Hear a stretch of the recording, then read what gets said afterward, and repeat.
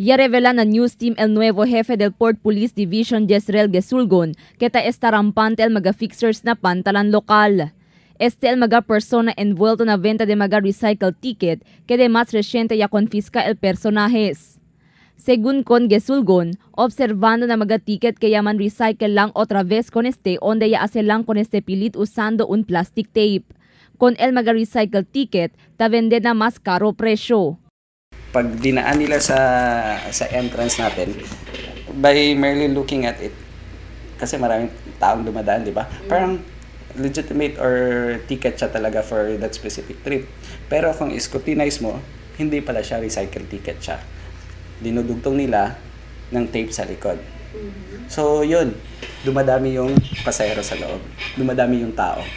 Rampante también na pantalan lokal mga kaso de scalping, onde na temprano tiempo ta compra montón ticket mga fixers. Después el vende sila otra vez con este na mga pasahero, triple na original presyo di este.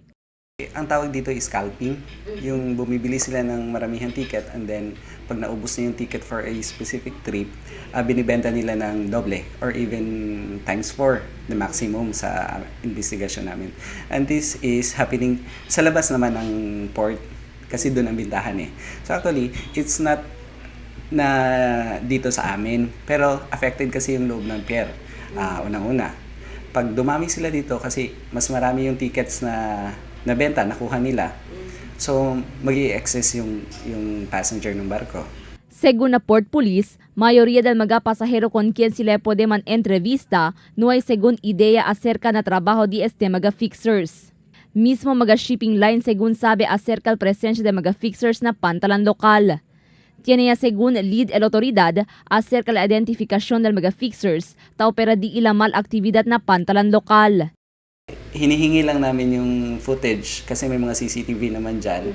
Kasi yung mga witnesses naman ayaw naman magturo talaga. So we can identify them through CCTV and pictures na ibibigay sa atin ng mga ticketing outlets dyan sa labas. Uno según este na mga rason, tamira el PPA porque tiene ta ocurri overloading de pasahero na mga barko na pantalan. El coordina según el Port Police na otro concerned ahensya para kuhi con mga fixers y termina di estos mal actividad. Crystal Almunia, Dateline Zamboanga.